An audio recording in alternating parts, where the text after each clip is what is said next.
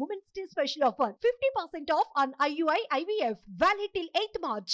గౌరవ భారత ప్రధానమంత్రి మనందరి ప్రియతమ నేత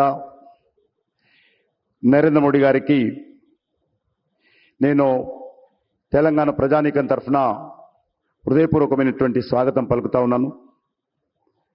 అదేవిధంగా తెలంగాణ రాష్ట్ర గవర్నర్ రెస్పెక్టెడ్ శ్రీమతి తమిళసై సౌందరరాజన్ జీ, తెలంగాణ రాష్ట్ర ముఖ్యమంత్రి గౌరవనీయులు శ్రీ రేవంత్ రెడ్డి గారు, ఆదిలాబాద్ ఎంపీ స్వయం బాబురావు గారు, స్థానిక ఎమ్మెల్యే పాయల శంకర్ గారు, ఈ కార్యక్రమానికి హాజరైనటువంటి ప్రజాప్రతినిధులు, వివిధ రంగాల ప్రముఖులు, అదేవిధంగా మీడియా మిత్రులు అందరికీ హృదయపూర్వకమైనటువంటి స్వాగతం పలుకుతా ఉన్నాను. ఈరోజు ప్రధానమంత్రి గారి చేతుల మీదుగా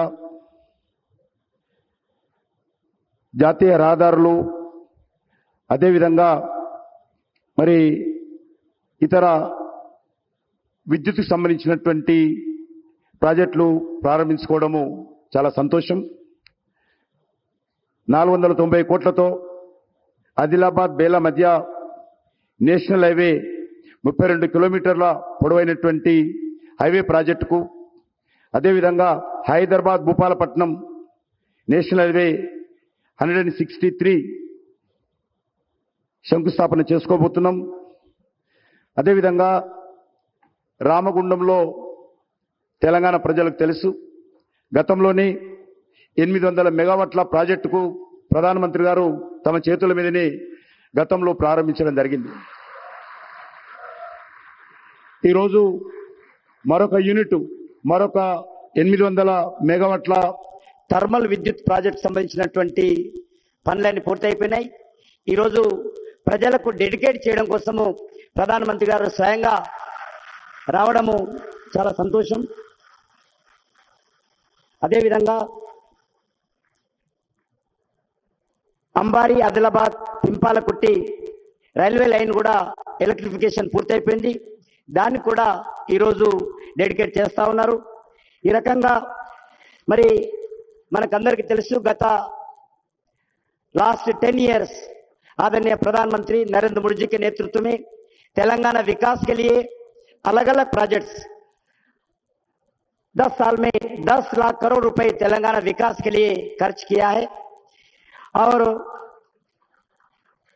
2014 तक तेलंगाना में ओनली 2500 किलोमीटर्स का नेशनल हाईवे थे.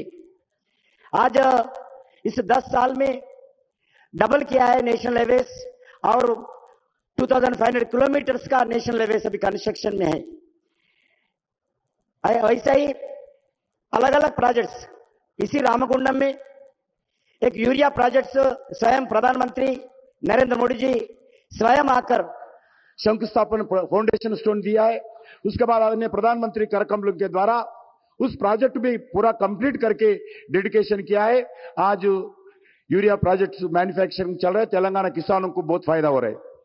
वैसा ही वरंगल में रेल मैन्युफैक्चरिंग यूनिट आदरणीय प्रधानमंत्री जी उसका भी फाउंडेशन किया है.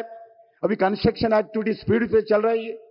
उस रेलवे मैन्युफैक्चरिंग यूनिट में वरंगल में रेल इंजन से लेके वैगन तक मैन्युफैक्चरिंग करने का रेल डिपार्टमेंट ने निर्णय किया है. मैं उसका भी लगभग 3000 से ज्यादा लोग उस वरंगल में एम्प्लॉयमेंट जनरेशन होगा.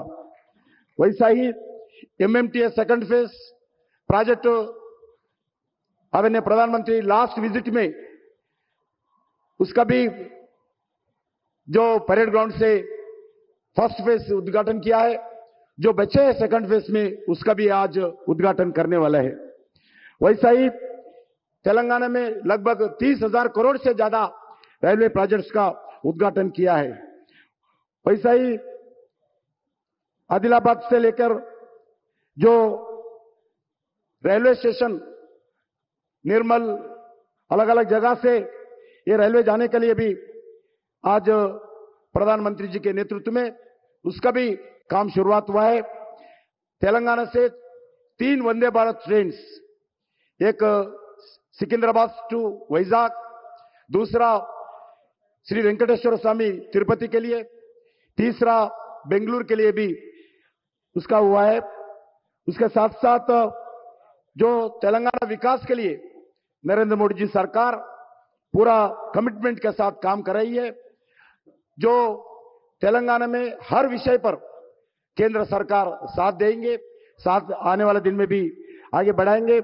उसमें ही लगभग 40 रेलवे स्टेशन अमृत भारत के द्वारा जो रेलवे स्टेशन से डेवलप विकास कर रही है।